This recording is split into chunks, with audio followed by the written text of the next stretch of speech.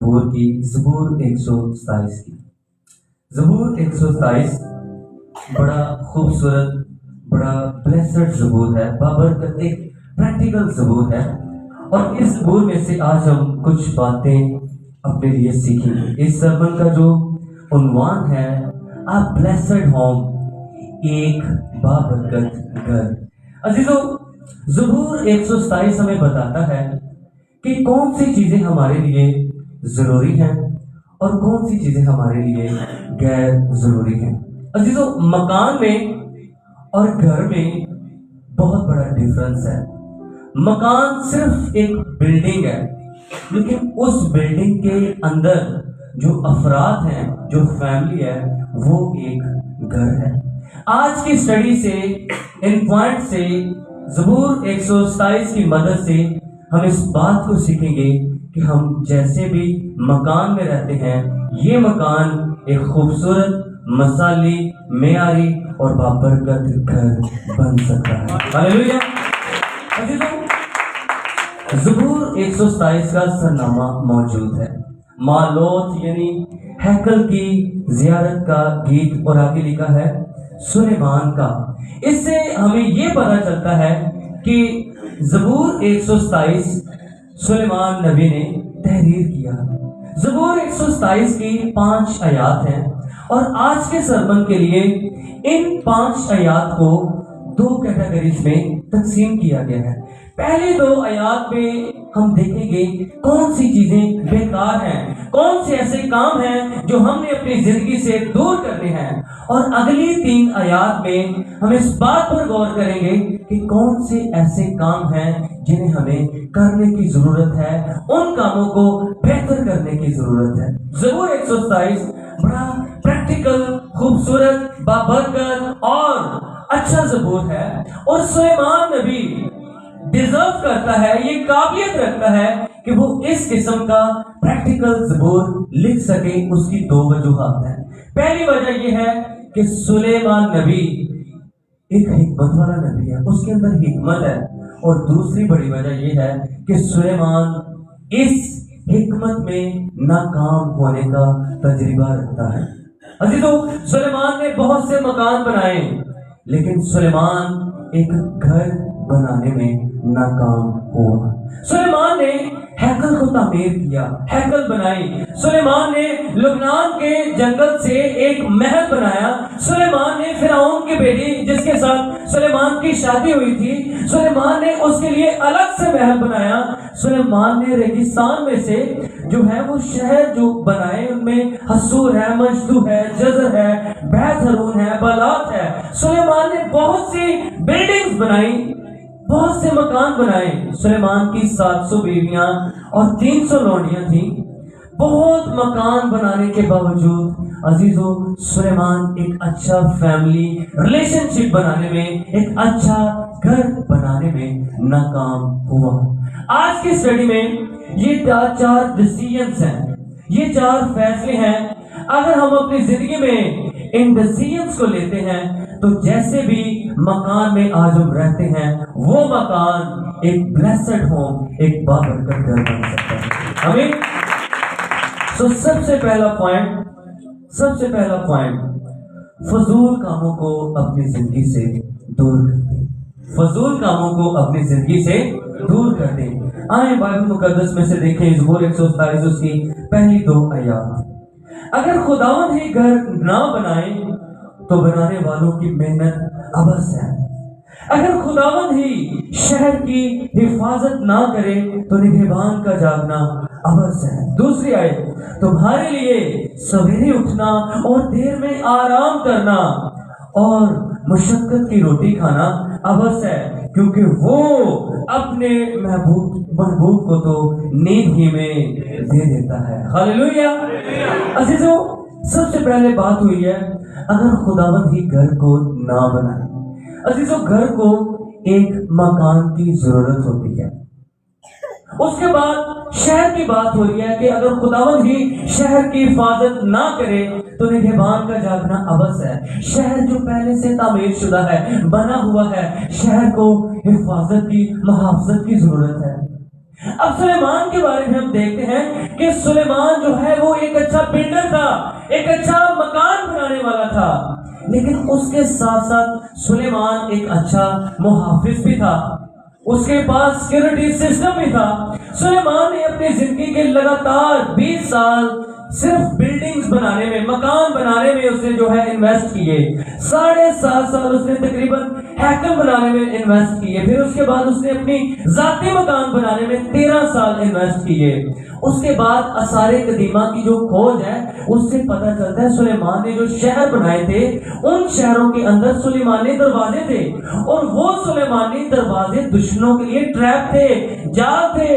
سلیمان نے صرف مکان نہیں بنائے تھے، انہوں نے ان کی حفاظت کا بھی پورا پلان کیا تھا۔ اس نے سلیمانی دروازے جو تھے اس میں اگر کوئی دشمن آتا تو اس ٹریپ میں، اس جال میں پھنس جاتا، پورا سیکورٹی سسٹم تھا۔ لیکن اس کے بعد کیا ہوتا ہے، سلیمان خدا سے دور ہوتا ہے، اور اس کے بعد والے بادشاہ خدا ان سے دور ہوتے ہیں۔ جتنے اس نے مکان بنائے، جو کچھ اس کا سیکورٹی سسٹم تھا، سارا کچھ تباہ ہو جاتا ہے۔ خدا اسے پہلے سے وارن کر دیتا ہے، اگر تم اس سے دور ہوا، یہ جو ہیکل تو بنا رہا ہے یہ سارا کچھ کھنڈرات کا ڈھیر بن جائے گا، اور وہی کام ہوتا ہے۔ سلیمان کہتا ہے اگر خداوند ہی گھر کو نہ بنائے تو بنانے والے کی محنت عبث ہے، اگر خداوند ہی شہر کی حفاظت نہ کرے تو نگہبان کا جاگنا عبث ہے۔ عزیزو، اس زبور میں 3 دفعہ یہ ورڈ عبث جو ہے وہ ریپیٹ ہوا ہے۔ عبث جیسے ادھر ہمیں ملتا ہے کہ اگر خداوند ہی گھر نہ بنائے تو بنانے والے کی محنت عبث ہے، نگہبان کا جاگنا عبث ہے۔ پھر دوسری آیت کا جو دوسرا حصہ ہے، مشقت کی روٹی کھانا عبث ہے۔ عبث کے لیے جو عبرانی لفظ ہے وہ ہے شاوے، جس کا مطلب ہے ایول، برائی، بت پرستی۔ عبث کا مطلب ہے فروٹ لیس، بے پھل۔ اگر خداوند ہی گھر کو نہ بنائے تو بنانے والے کی جو محنت ہے وہ بے پھل ہے، وہ برائی ہے، وہ بت پرستی ہے، اگر خدا اس کام میں شامل نہ ہو۔